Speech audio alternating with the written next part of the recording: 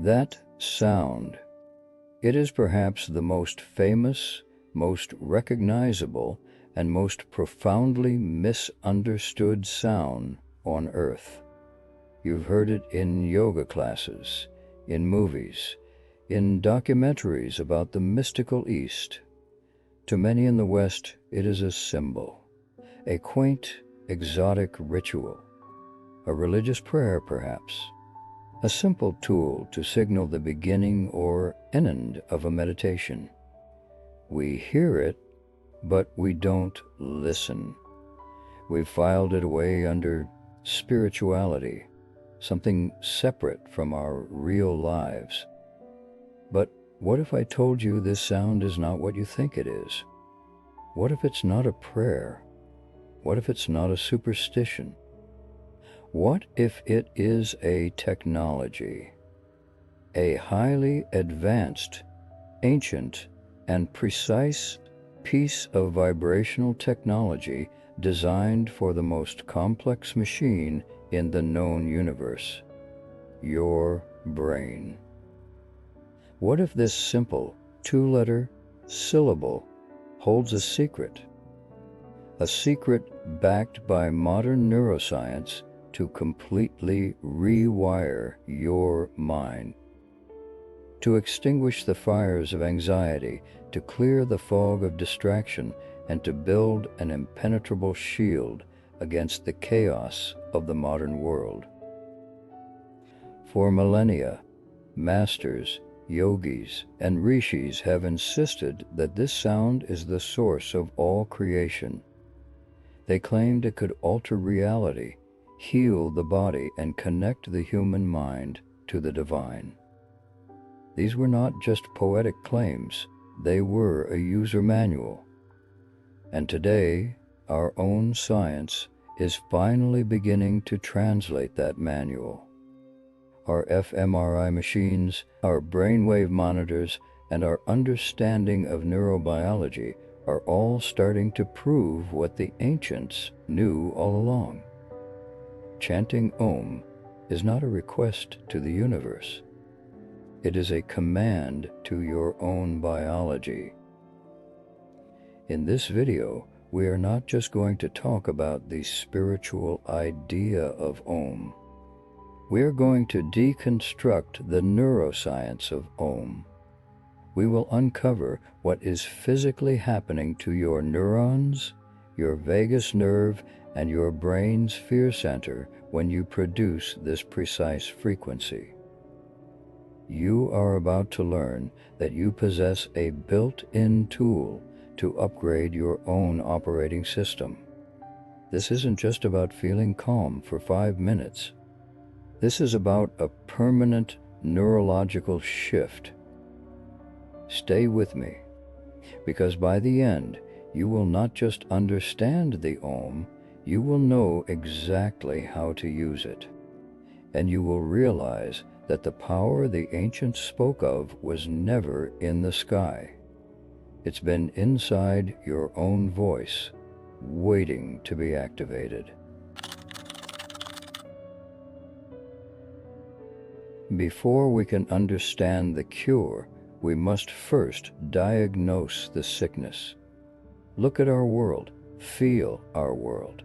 We are living in a state of unprecedented noise, not just the noise of traffic and television, but a constant, invisible digital noise, a relentless stream of information, notifications, opinions, and demands.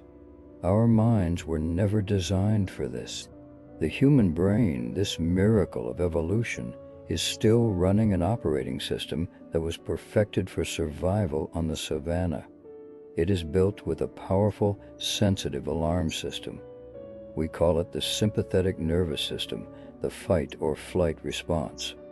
When a predator appeared, this system would flood our bodies with cortisol and adrenaline. Our hearts would race, our pupils would dilate, our minds would become hyper-focused on one thing: danger. It was a brilliant system for short-term survival. But what happens when that system never turns off? What happens when the predator is no longer a tiger in the grass, but a 24/7 news cycle, a looming deadline, an email from your boss, a social media feed designed to make you feel outraged or inadequate. The alarm, which was meant to ring for 5 minutes, is now ringing for 18 hours a day. This is the state of the modern mind. It is a brain on fire. Neurologically, we call this beta brainwave dominance.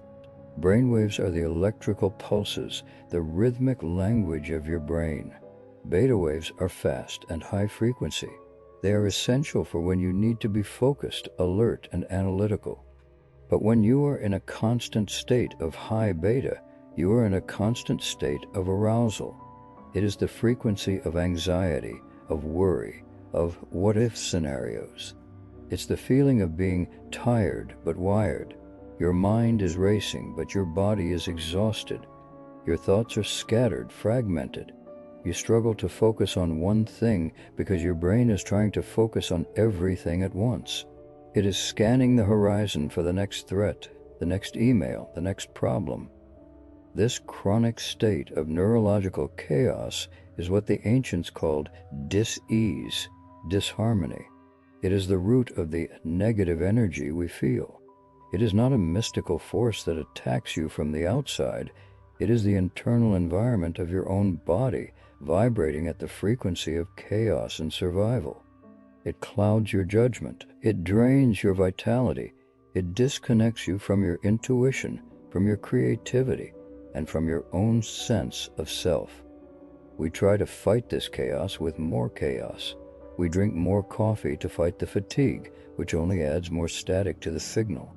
We seek distraction through endless scrolling, which only fragments our attention further. We try to think our way out of it, but trying to think your way out of anxiety is like trying to put out a fire with gasoline. Your very thoughts are the frequency of the problem. The ancient masters understood this. They knew you could not think your way to peace. You had to vibrate your way there. They knew that to override the chaotic, high-frequency static of the panicked mind, you needed a signal that was more powerful, more resonant, and more orderly. You needed a fundamental frequency, a sound that could command the storm in your mind to be still, a sound that could remind your entire biology of its original harmonious state. They needed a technology, and that technology was Om. What is Om? In the Vedic traditions, the ancient scriptures of India, it is called the pranava, the primordial sound. It is said to be the vibration that emerged from the void at the beginning of creation, the first breath of the universe. The Mandukya Upanishad, an entire text dedicated to this one syllable, states, Om, this eternal word is all, what was, what is, and what shall be. To the ancient rishis, this was not philosophy, it was physics. They understood, thousands of years before our scientists, that the universe is not made of solid things. It is made of vibrations. Everything you see, this screen, your body, the stars, is just energy slowed down to a particular frequency. All of reality is a symphony of frequencies. And in this symphony, Om is the keynote, the fundamental tone from which all other notes, all other forms of matter arise. But the true genius of the ancients was not just in this cosmic theory, it was in their application. They recognized that if the universe was created by sound, it could also be influenced by sound. And they saw the human being as a microcosm of the macrocosm. We are a small universe, a small symphony, and like any instrument, we can fall out of tune. When we are consumed by stress, fear, and anxiety, that brain on fire we spoke of, our personal symphony is playing a chaotic, dissonic, painful chord. The Om chant, then, is the act of retuning ourselves. It is a tool of sympathetic resonance. Imagine striking a tuning fork in a room full of guitars. Only the string that is tuned to the exact same frequency as that tuning fork will begin to vibrate, to sing, without anyone even touching it. When you chant Om, you are becoming that tuning fork. You are introducing a pure, powerful, orderly frequency into your own system, a frequency that reminds your cells, your organs, and your very brainwaves of their original harmonious state of peace. The chaos must yield to this order. The true technology, however, lies in its specific design. Om is not just one sound, it is a four-part process, a vibrational journey designed to move through your entire body. It is comprised of 3 audible sounds and 1 inaudible essential element. O, U, and the silence. Let's break it down. The first sound is Bang, pronounced Ong. When you chant this sound, where do you feel it? Feel it deep in your body. It originates in the belly at the navel and rises up. It is a low-frequency sound. It vibrates your solar plexus, your gut. This is your gut brain, your center of power and vitality. The Aum sound signifies the waking state of consciousness, the physical world, the beginning of all things. You are anchoring the sound in your physical foundation. The second sound is O, pronounced O. As you transition from O to U, the vibration physically moves. It rises from the dot into the chest cavity, the thoracic region. You feel it in your throat and heart. This is a mid-range frequency. It stimulates your heart center, your thymus gland. The O sound represents the dreaming state of consciousness, the subtle world of thoughts and emotions. You are now tuning the instrument of your feelings, your connection to others. And the third sound is pronounced This is the most critical part for the brain. As you close your lips, the vibration moves upward into the head. You feel a distinct, pleasant buzzing in your nasal cavity, your third eye, and your entire cranium. This is a high-frequency sound. This M sound, known as Brahmari or the bee's hum, directly resonates with your brain and pituitary gland. The M sound represents the deep sleep state, the formless realm of deep consciousness. And finally, the fourth and most important part, the silence. Anagata, the unstruck sound. After the hum fades, there is a profound, resonant stillness. You do not just stop, you listen. You bathe in the echo of the vibration you just created. This silence is the Turiya, the fourth state. It is pure consciousness, the witness. It is the void from which the Om first emerged. This is the entire journey of creation and dissolution performed in a single breath. From the physical body, O, through the emotional heart, O, into the conscious mind, and back into the infinite stillness from which it all came, the silence. This is not a prayer. This is a process, a complete vibrational workout for your body, mind, and energy field. It was designed with a specific purpose, and now modern science is showing us exactly what that purpose was and how this ancient technology achieves its goal on a biological level.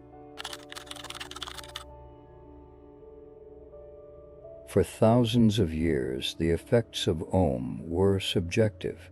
A yogi would say, "It calms the mind," or "It brings me peace." It was a feeling, an experience. But today, we can see it, we can measure it, we can map the changes in the brain in real time, and what we are finding is nothing short of astonishing. The ancient rishis were not just spiritualists, they were masterful neuroscientists. Let's put your brain under the microscope. The moment you begin to chant Om, a cascade of powerful, positive, biological changes begins. The first and most immediate effect is the activation of the vagus nerve. This is perhaps the single most important discovery in the science of meditation. The vagus nerve is the longest and most complex cranial nerve in your body. The name vagus comes from the Latin for wandering, because this nerve wanders from your brainstem all the way down to your abdomen, connecting to your heart, your lungs, your throat, and your gut.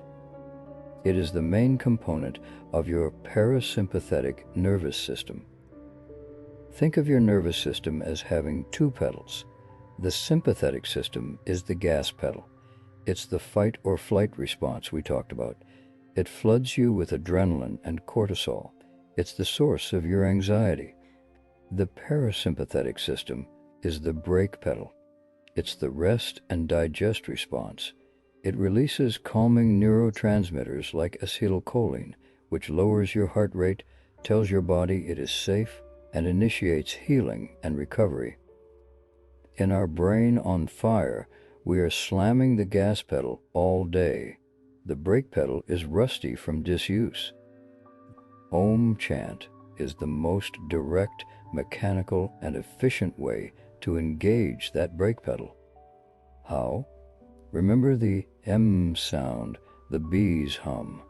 That sound creates a powerful vibration in your throat, your sinuses, and your upper chest. The vagus nerve passes directly through this area. This physical, sonic vibration mechanically stimulates the vagus nerve endings. It is like sending a direct text message to your brain's alarm system that says, "All is well, stand down." The vagus nerve immediately fires the signal to your brainstem, and the command is relayed. The heart rate slows, blood pressure drops, muscles are told to relax, digestion is told to turn back on. This is not a placebo. This is not believing you are calm. This is a physical mechanism.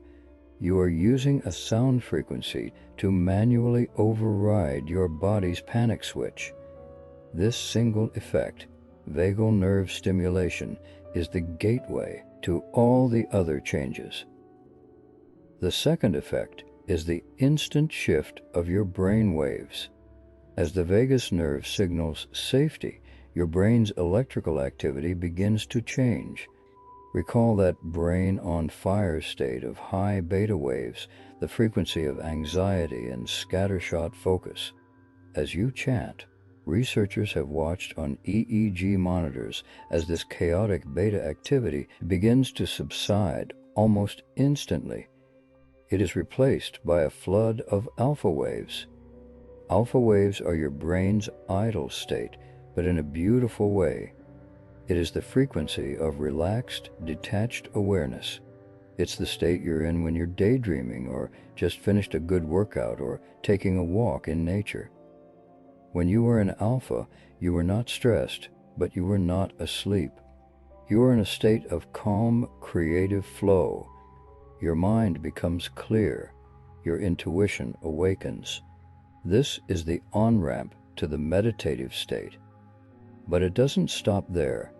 As you continue the chant, and especially as you rest in the silence after the chant, the brain often moves even deeper into the theta wave state. Theta waves are the frequency of deep meditation, of twilight, of the state between waking and sleeping. This is the realm of profound insight, of spiritual connection, of memory consolidation. This is where the rewiring truly happens. Your brain becomes highly plastic in the theta state. It is open to new patterns, new connections. By simply using this sound, you have guided your own brain from a state of chaos to calm to creation. You have become the conductor of your own neural orchestra. The third and perhaps most profound effect is the calming of the brain's fear center. Deep in your brain's temporal lobes sits a small almond-shaped structure called the amygdala. This is the command center for your alarm system. It is the part of your brain that is constantly scanning for threats. When it perceives a threat, real or imagined, like a stressful email, it's the amygdala that hits the panic button and starts the fight or flight cascade. In people with chronic anxiety, depression, and PTSD, the amygdala is hyperactive. It's trigger-happy. It sees danger everywhere, even when there is none. Several fMRI studies, including landmark research from neuroscientists at Harvard, have shown that a consistent meditation practice, especially one involving mantras, can physically shrink the gray matter density of the amygdala. Think about that. It shrinks your brain's fear center. How does Om do this? By calming the vagus nerve and shifting the brainwaves to alpha, you are starving the amygdala of the fuel it feeds on. The amygdala thrives on beta waves and cortisol. When you replace those with alpha waves and safety signals, the amygdala simply goes quiet. It learns on a biological level that it doesn't need to be hypervigilant. You are, through the act of chanting, retraining your brain's most primitive and powerful structure. You are teaching it how to be still. This is why the peace you feel after chanting Om feels so deep. It's not just a surface-level relaxation. It is a neurological ceasefire.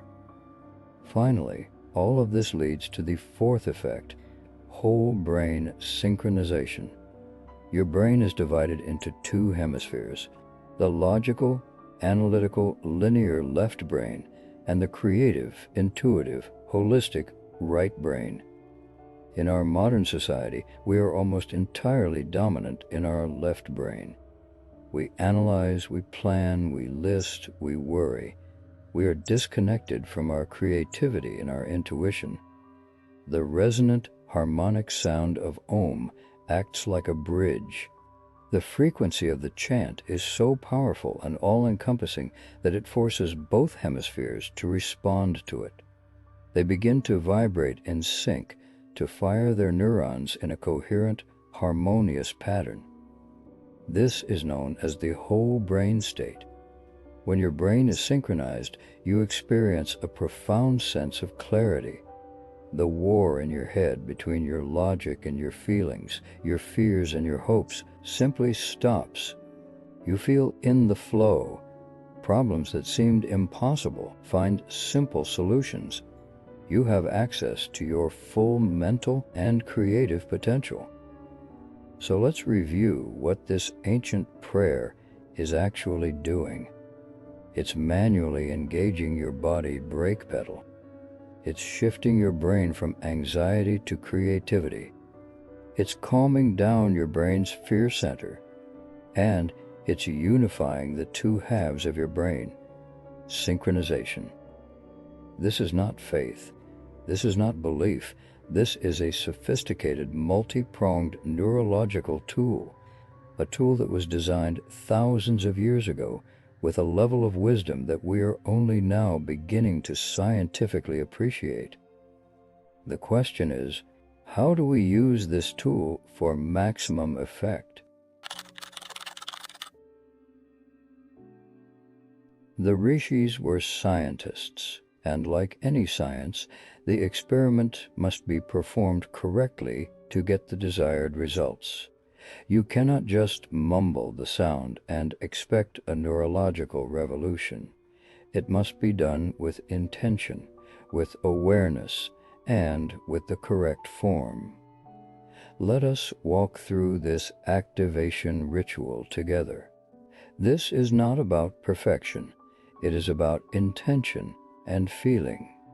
First, find your seat. Sit comfortably in a quiet place where you won't be interrupted for at least 5 minutes. You can sit cross-legged on a cushion or in a chair.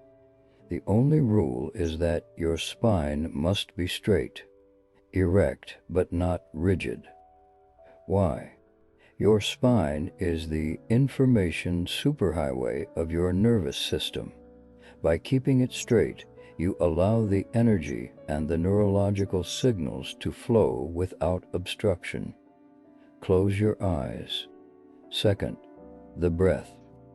Before you make any sound, just breathe. Take 3 deep, conscious breaths. Inhale through your nose, filling your belly first, then your chest. Exhale slowly through your mouth. With each exhale, feel the tension of the day, that beta wave energy draining out of you. You are clearing the canvas before you paint. Third, the intention. Set your intention. Why are you doing this? Your intention is the targeting system for the energy. It could be as simple as, I am chanting to bring my mind to peace, or I am activating my body's natural state of harmony. State it clearly in your mind.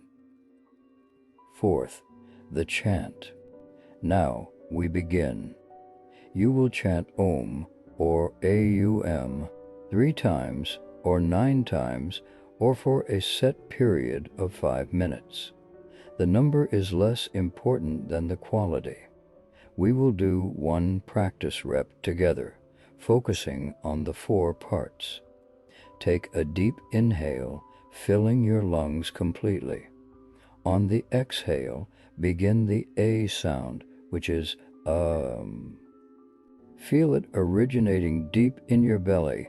Feel the vibration in your solar plexus. Make it a rich, open sound. Oh.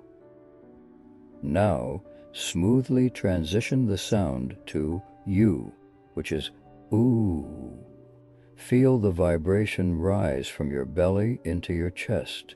Feel it resonate in your heart space, in your throat. Ooh. Now, smoothly transition the sound to the M sound. Close your lips gently. Feel the vibration move into your head. Feel that powerful electric buzz in your sinuses, between your eyebrows, and on the crown of your head. Hold this M sound for as long as is comfortable. This is the part that is stimulating your vagus nerve and tuning your brain.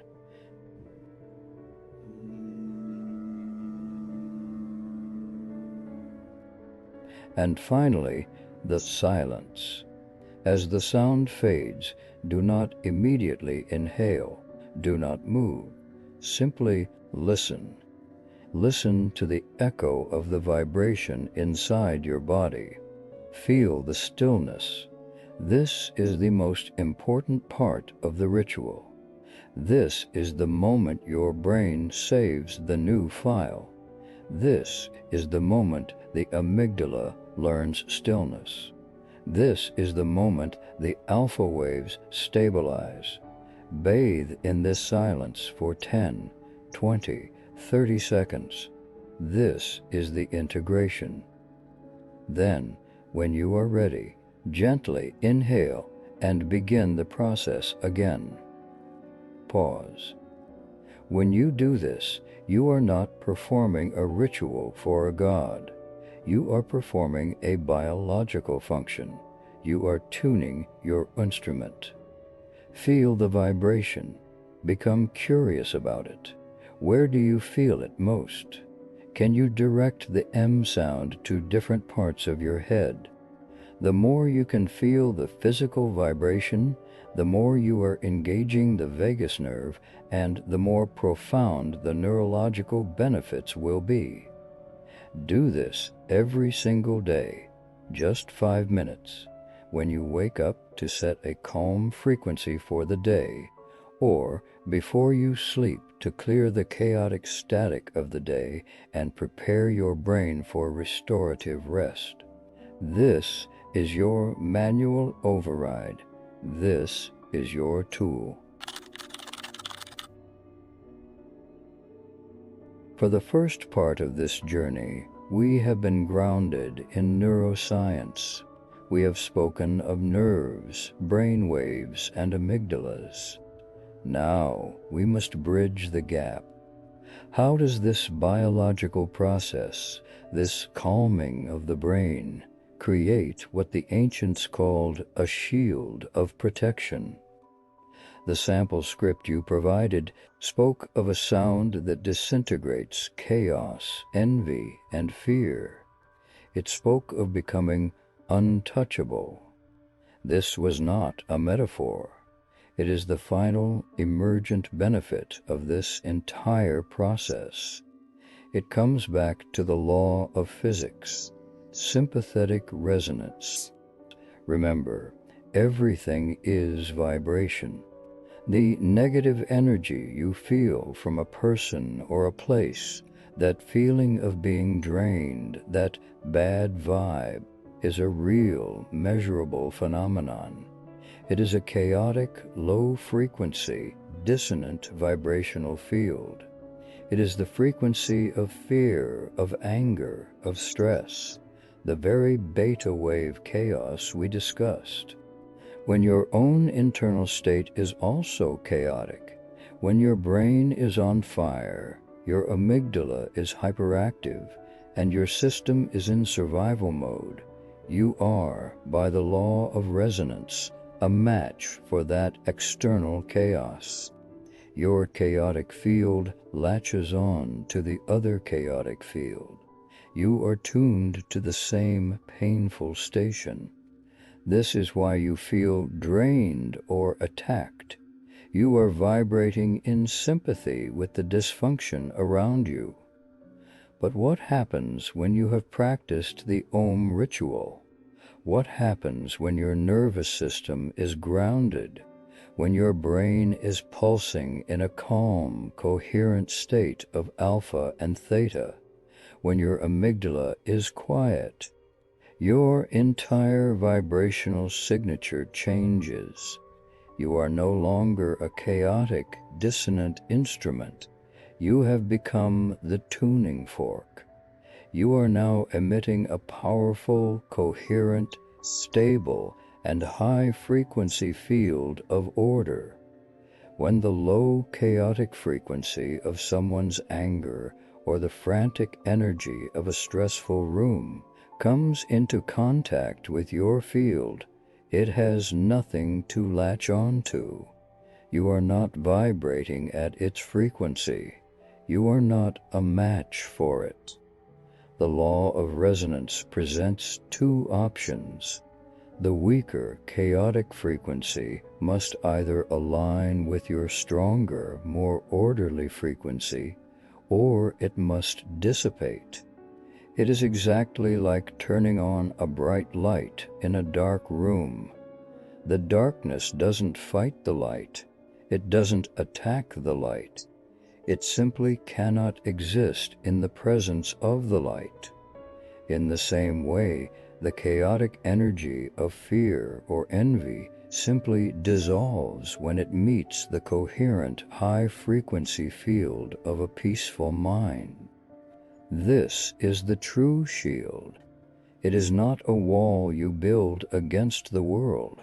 It is a sun you ignite within yourself. You become, as the original script so beautifully stated, a black hole to negativity, not by absorbing it, but by disintegrating it with your light. Your peace becomes your power. Your coherence becomes your protection. You stop reacting to the energy of the world and you start affecting it. Your simple presence, vibrating at the frequency of Om, of harmony, begins to retune the environment around you. You become the master, not the victim, of your energetic reality. And this entire power was unlocked not by a magic spell, but by a simple sound rooted in the hard science of your own biology. The sound of Om is a bridge. It is the bridge between ancient wisdom and modern science. It is the bridge between the spiritual and the physical. And it is the bridge between the chaotic, stressed-out mind and your true, peaceful, powerful self.